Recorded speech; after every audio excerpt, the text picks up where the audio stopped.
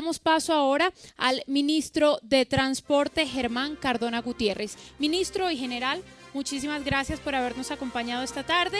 Hace ingreso al Salón Conferencias del Palacio de Nariño el señor Germán Cardona Gutiérrez, ministro de Transporte, quien estará durante 30 minutos entregando los resultados tras 18 meses de gobierno. Él responderá a las preguntas de los periodistas que están aquí en el Salón de Conferencias y asimismo responderá a todos los cuestionamientos que hagan a través de www.urnadecristal.gov.co. Ustedes pueden preguntar en esta maratón de resultados. El gobierno rinde cuentas. Empezamos faltando un minuto para las 3, cumpliendo con nuestro cronograma y siguiendo con el cronómetro que ustedes están viendo cada ciertos minutos en la pantalla de sus televisores. Señor ministro de Transporte, muy buenas tardes. Bueno, muy buenas tardes para todos ustedes, para los colombianos. Dentro de este programa que se estableció por parte de la Presidencia de la República de informar la gestión de los ministerios en estos primeros 18 meses del gobierno del presidente Santos, yo resumiría que este primer periodo de gobierno hasta finales del año pasado se podría llamar el de la estructuración. Pero a partir del mes de enero de este año 2012 podemos hablar es de ejecución. Como ustedes muy bien saben, el Ministerio de Transporte tiene una serie de entidades adscritas, entre ellas lo que en alguna época se llamó el Instituto Nacional de Concesiones y hoy es la Agencia Nacional de Infraestructura, la que sin duda alguna será la mejor agencia nacional de infraestructura de América Latina. Y lo digo con absoluta seguridad porque para estructurar y crear esa empresa nos apoyamos en las mejores experiencias de todos los países vecinos que han tenido este tipo de entidades. Segundo, porque hemos conformado un consejo directivo de las más altas calidades que el doctor Luis Andrade les podrá comentar más adelante sobre él. Y tercero, pues lógicamente porque al frente de ella está una persona de las calidades personales y profesionales y humanas como el doctor Luis Fernando Andrade. El Instituto Nacional de Vías también en este momento está sacando a licitación obras por más de 3.6 billones de pesos. Esa cifra no se había visto en la historia del país en licitaciones públicas en un solo paquete.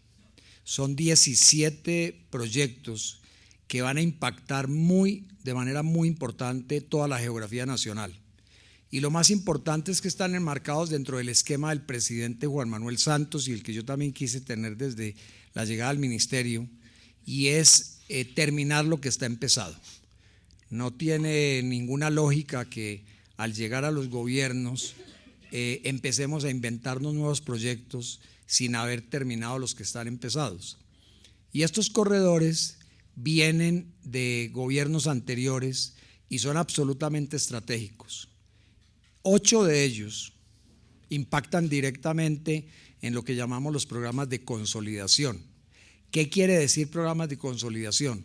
Son aquellas zonas donde la situación de orden público fue muy difícil en el pasado, pero que hay que seguir invirtiendo y hay que seguir llegando con la mano y la inversión del Estado para fortalecer y consolidar la paz y el desarrollo de esas regiones. Adicional a eso, tenemos colgados lo que llaman los prepliegos por licitaciones por más de 1.2 billones de pesos para programas de mantenimiento de vías, pero no son vías afectadas por la ola invernal, es mantenimiento de vías troncales y transversales del país que requieren que después de construidas se siga haciendo ese mantenimiento. Sumado a eso, vamos a invertir más de 400.000 millones de pesos ya dentro del presupuesto para un programa que ha sido muy solicitado por los alcaldes de Colombia. programa de vías terciarias. Pero ese programa cambió fundamentalmente. Ya no se trata de repartirle de a 120 millones de pesos a cada alcaldía de Colombia sin saber en qué se va a invertir la plata. Aquí lo que vamos a hacer es, después de un estudio muy juicioso que se hizo durante todo el año pasado, hacer una repartición de esos recursos de acuerdo al número de kilómetros que tiene cada municipio de Colombia, priorizando las necesidades, porque como todos sabemos es imposible atender todas las necesidades al mismo tiempo. Pero lo importante de este programa es que después de haber tenido unas diferencias de fondo con la Federación Colombiana de Municipios y con los anteriores alcaldes de Colombia, hoy tenemos unas relaciones armónicas y de mucha profundidad con esa federación y con los alcaldes para hacer estas inversiones que además se van a seguir repitiendo en el tiempo, porque gracias al Congreso de la República se apropiaron esos recursos, pero no solo para el año 2012, sino para todos los años que siguen de aquí en adelante. Entonces, ese tema de las vías terciarias va a mejorar mucho las condiciones precisamente de esas vías rurales donde se producen los productos agrícolas, la leche y tantos otros productos que los campesinos tienen que sacar a sus centros de producción, y a los centros de exportación.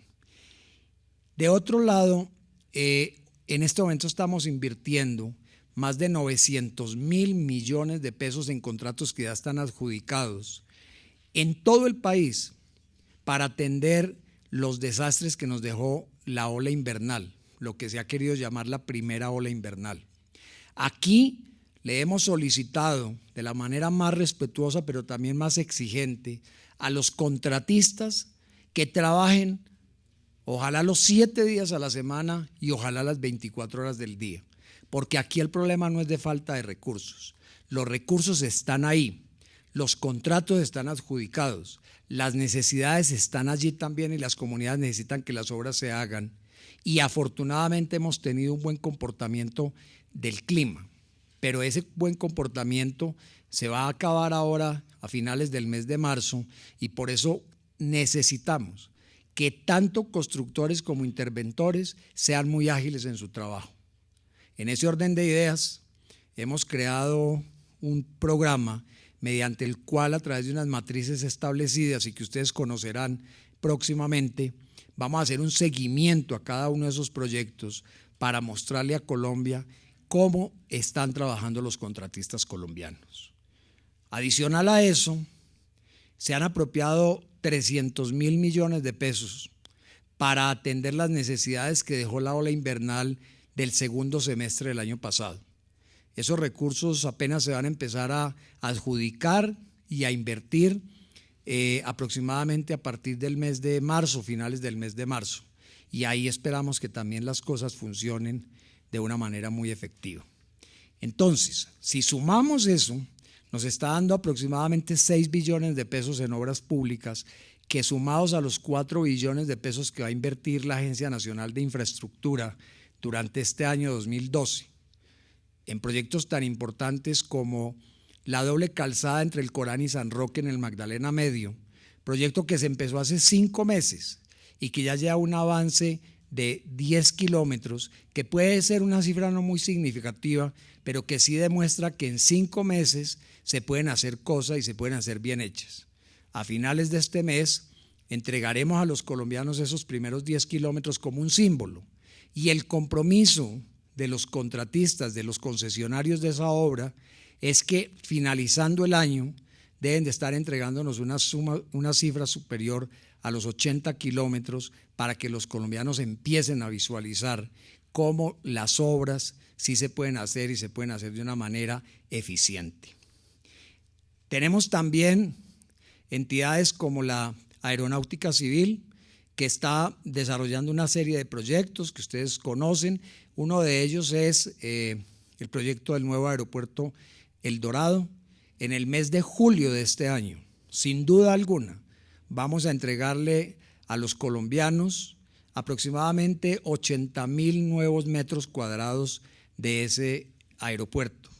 Y paralelamente se están haciendo las concesiones y los mejoramientos de los demás aeropuertos de Colombia. especialmente Cartagena, va a ser un aeropuerto que finalizando este año la gente va a ver un aeropuerto completamente renovado. Y así lo van a seguir viendo en otros aeropuertos de Colombia, como es el caso del aeropuerto de Río Negro, el aeropuerto de Medellín y otros.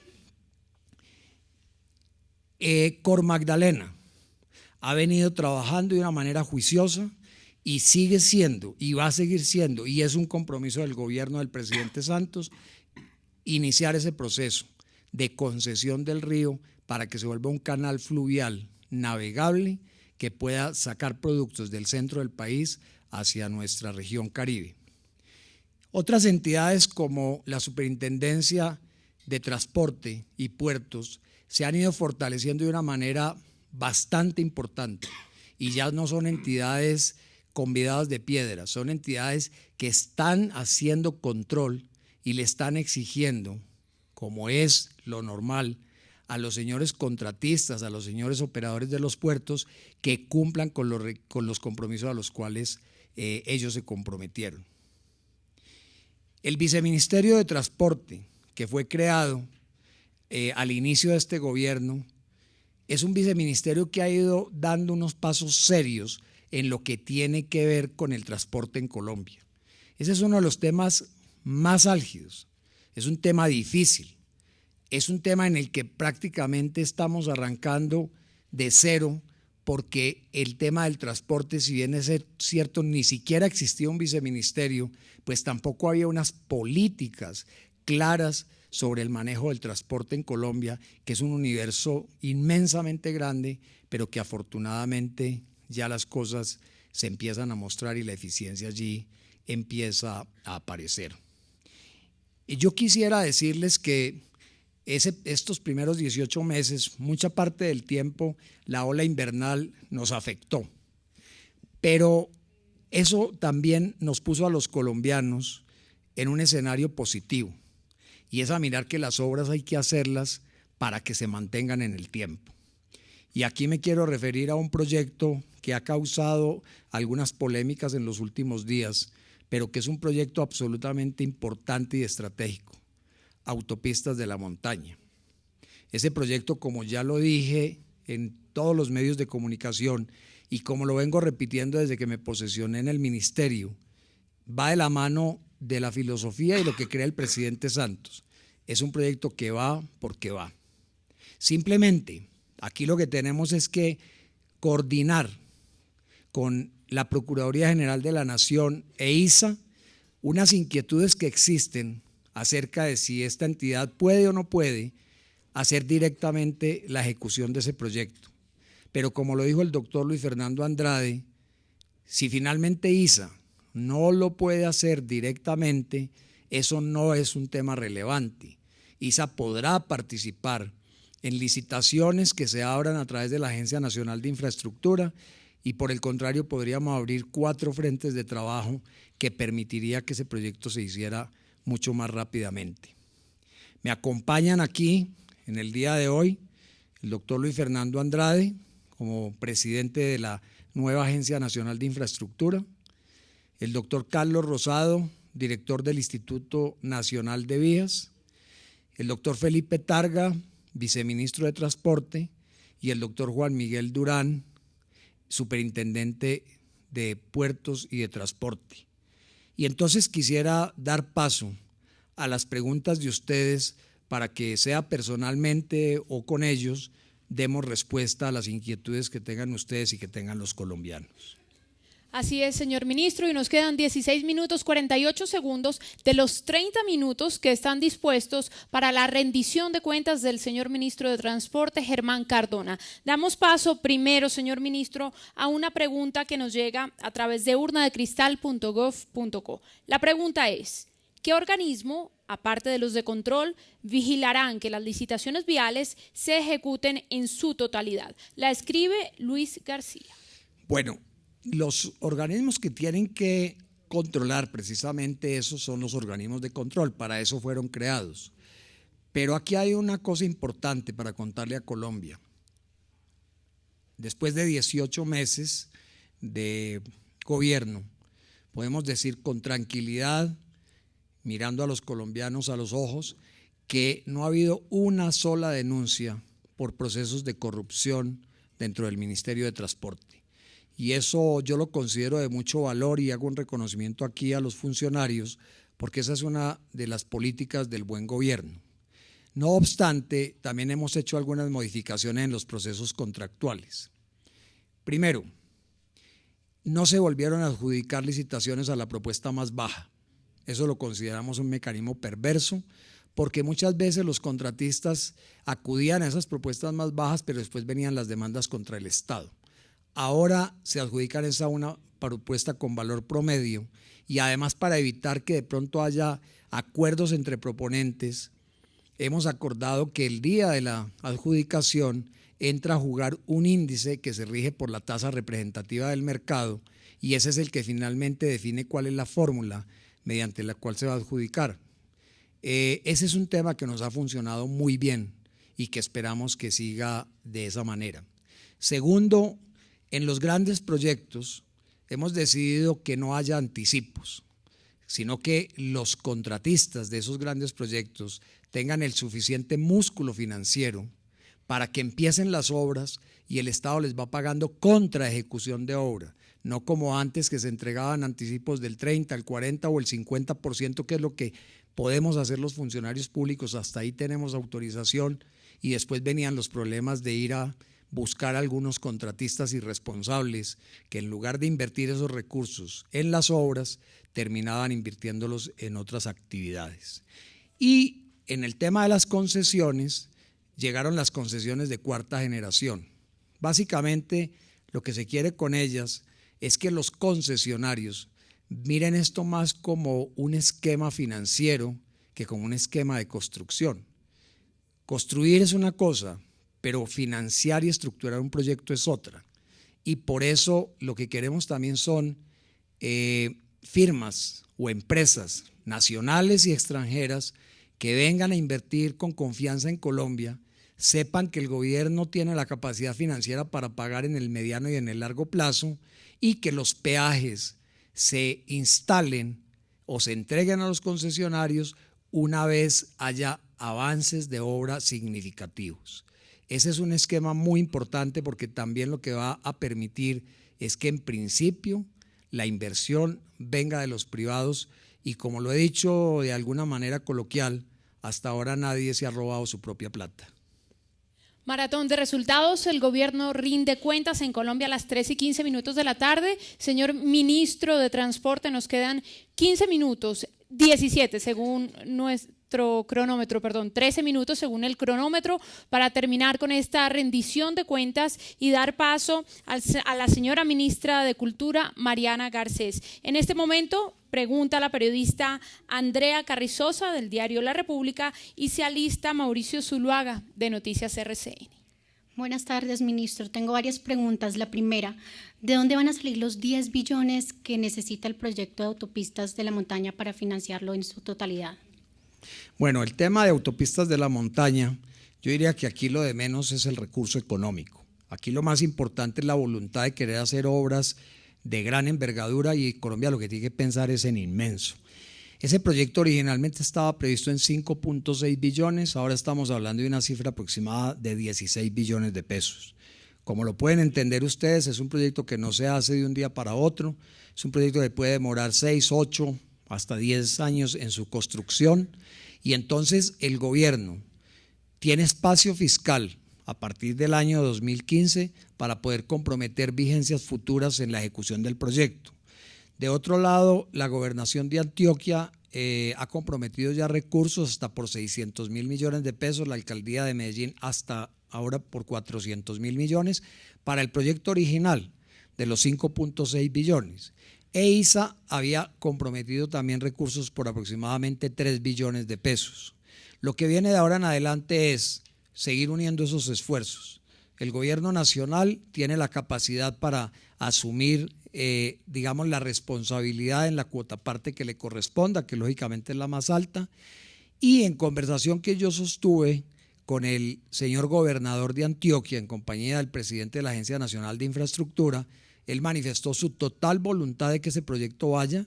de que parte de los recursos de regalías de los próximos 10 años se inviertan en ese proyecto. Lo mismo me ha manifestado el alcalde de Medellín, pero el gobernador de Antioquia, además de eso, ha agregado algo muy importante, y es que a ese proyecto se le puede poner un impuesto de valorización en algunos de los trayectos que se van a ejecutar, porque ahí va a haber un beneficio muy importante para los propietarios de las tierras que hay en esa zona. De tal manera que al gobierno realmente no le preocupa el tema de la financiación del proyecto, y lo que queremos es que proyectos como estos se sigan estructurando en Colombia. ¿El gobierno tendría un plan B en cuanto a la construcción de la ALO si el alcalde Petro sigue rechazando este proyecto? Mire, es que en esto hay que ser claros.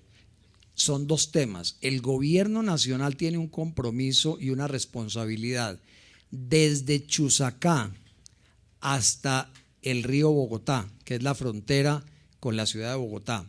Y la alcaldía de Bogotá, su responsabilidad es desde el río Bogotá hasta el norte de la ciudad. Nosotros lo que le hemos dicho al alcalde es que el gobierno hasta ahora es prácticamente el único que ha cumplido, porque ya compró toda la franja, 14 kilómetros por un ancho de más o menos 100 a 120 metros, y ya ha ejecutado una obra, el primer carril, que va en 2 calzadas, y lo que le estamos pidiendo a Bogotá es que en la medida en que Bogotá comprometió al gobierno hace unos años para que se involucrara en ese proyecto, no puede ser que ahora lleguemos hasta la frontera del río Bogotá con una vía de 100 metros de ancho para seguir hacia ninguna parte. Entonces, lo que le hemos dicho al alcalde Petro es que desde el punto de vista del Ministerio de Transporte, ese corredor no se puede tocar. No es que se van a hacer todas las obras en el corto plazo. Eso es pensarlo como se pensó la calle 26, como se pensó la avenida Boyacá y otras vías, que hay que pensar en el largo plazo. Y si la alcaldía de Bogotá, es nuestro sentir, quiere hacer colegios, quiere hacer universidades, que compre predios al lado y lado de su corredor para que construya esas obras. Se puede pensar en los temas ambientales y demás, pero lo importante es no tocar el corredor, porque a lo mejor en 15 años viene otro alcalde también con mucha iniciativa, como el alcalde Petro, y quiere mejor continuar la vía como esperamos que se haga. Era la respuesta del ministro de Transporte a la periodista Andrea Carranza del diario La República. Oímos ahora la pregunta del periodista Mauricio Zuluaga de Noticias RCN y se alista JJ Pinilla de Noticias Caracol en esta maratón de resultados. El gobierno rinde cuentas. Ministro, buenas tardes. Si nos puede hacer claridad, ¿qué parte se tiene que entregar del aeropuerto El Dorado a mitad de año, como usted lo ha señalado? ¿Qué queda faltando? Y finalmente el tema Transmilenio hasta el aeropuerto, ¿quién debe responder por esa parte? ¿El distrito o lo va a asumir la Aeronáutica Civil? Bueno, aquí me acompaña también el director de la Aeronáutica Civil que acaba de llegar, pero en ese tema entonces les quiero responder brevemente. La parte que se va a entregar es yendo hacia el aeropuerto a mano derecha, es el primer tramo, la edificación que ustedes ven que cada día crece y crece más y se ve más terminada. Eso es lo que se llama la sede internacional. Ese es un tramo de más o menos 700 metros de longitud. Les garantizo que va a ser de alto impacto para el país la terminación de ese primer tramo. Eso no, en Colombia no se había visto una obra de esa envergadura y mucho menos en un aeropuerto. Luego vendrá el desarrollo del resto del aeropuerto, lo que llamamos la H minúscula, que involucraría 182.000 metros cuadrados. Y como hay alguna inquietud de que de pronto se pueda quedar pequeño el aeropuerto en el futuro, entonces ya estamos trabajando un plan maestro de la mano de unos empresarios y expertos extranjeros estadounidenses, que nos llevará a saber si en el futuro necesitamos tener 200, 250, 300, hasta 350.000 metros cuadrados en ese mismo sector. O sea que el mensaje es, estemos tranquilos que este aeropuerto no se va a quedar pequeño, y el plan maestro nos va a decir en qué medida debemos ir haciendo los otros desarrollos. Con respecto al tema de Transmilenio, estamos tratando de llegar al mejor acuerdo con el IDU, o sea, la alcaldía, la aeronáutica, pero pues allí hay algunas diferencias que estamos tratando de sortear.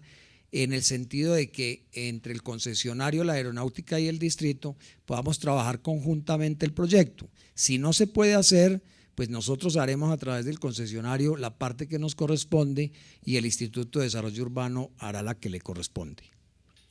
Maratón de resultados, el gobierno rinde cuentas, nos quedan 5 minutos 46 segundos para que el ministro de Transporte Germán Cardona responda a las preguntas que ustedes nos hacen a través de www.urnadecristal.gov.co y también las preguntas que realizan nuestros periodistas aquí en el Salón de Conferencias de la Casa de Nariño. En este momento hace su pregunta el periodista JJ Pinilla de Noticias Caracol. JJ, adelante. Gracias. Ministro, nadie duda de la gran infraestructura que va a ser el aeropuerto El Dorado, pero el problema es más de fondo. El problema es el tema del espacio aéreo, de la infraestructura en cuanto a pistas, que eso es lo que están llamando la atención los expertos en aeronáutica. Vamos a tener una excelente infraestructura, pero ya lo que es técnicamente sí vamos a quedar muy cortos. Y segundo, ministro, preocupante sigue el tema de los controladores de la operación reglamento. ¿Qué va a pasar con eso? Gracias. Bueno, JJ, son dos temas. Primero, nosotros dentro de ese plan maestro, inclusive estuvimos reunidos hace 15 días con los señores que están trabajando en él, hay varias opciones. Una de ellas, inclusive que ellos plantean, es que hay aeropuertos tan importantes como el de Londres que tiene 2 torres de control. Y eso puede inclusive mejorar mucho las condiciones de operación de esas pistas, o sea, que trabajen simultánea pero independientemente. Eso es lo que están estudiando y analizando. Pero lo otro es que también lo hemos dicho y se está trabajando en ese tema y formará parte de ese proyecto de estructuración, es el tema de la posibilidad de la construcción de una tercera pista. En eso todavía no vamos a adelantar nada porque eso lo dirá ese proyecto, pero en la medida en que sea necesario se hará. Yo vuelvo y le repito, no hay motivo para preocuparse. Esa tercera pista también se podría construir, podría ser o cerca al aeropuerto o podría ser en otro sitio de la sabana de Bogotá. Podría ir a esa tercera pista como lo hemos planteado, digamos, la aviación militar y la aviación privada, y eso ya permitiría que el aeropuerto trabajara 100% para operación comercial, que es, entre otras cosas, para lo que estamos haciendo, lo que es un centro comercial, porque lo que se está haciendo hoy no es más que un gran centro comercial en el aeropuerto El Dorado, con terminal de pasajeros, de llegada, de salida, etcétera. Y la otra pregunta, Lo de los controladores. Lo de los controladores, miren, yo tuve una reunión con ellos el lunes, de manera informal, amable. Ellos plantearon una serie de posiciones y de situaciones. Son muy claros en decir que esto lleva más de 10, 12 años sin resolverse. Y nosotros también hemos sido muy claros a través del doctor Santiago Castro y del Ministerio del Trabajo y del Ministerio de Hacienda, pues que lógicamente no todo se puede solucionar en 2 meses o en 3 meses después de que lleva tanto tiempo. Pero estamos trabajando con ellos. Ellos han sido receptivos en el sentido de que los recursos no son infinitos para todas las solicitudes que ellos tienen. Y el gobierno también ha sido receptivo en el sentido de que lo que podamos aceptarles dentro de unos cánones normales lo haremos, pero créame que en esas mesas de trabajo que está liderando el doctor Santiago, las cosas están marchando, porque nosotros también le estamos invocando a los señores controladores que ese es un servicio público esencial y ellos así lo entienden. Era la respuesta del señor ministro de Transporte Germán Cardona, al periodista JJ Pinilla de Noticias Caracol, en esta maratón de resultados.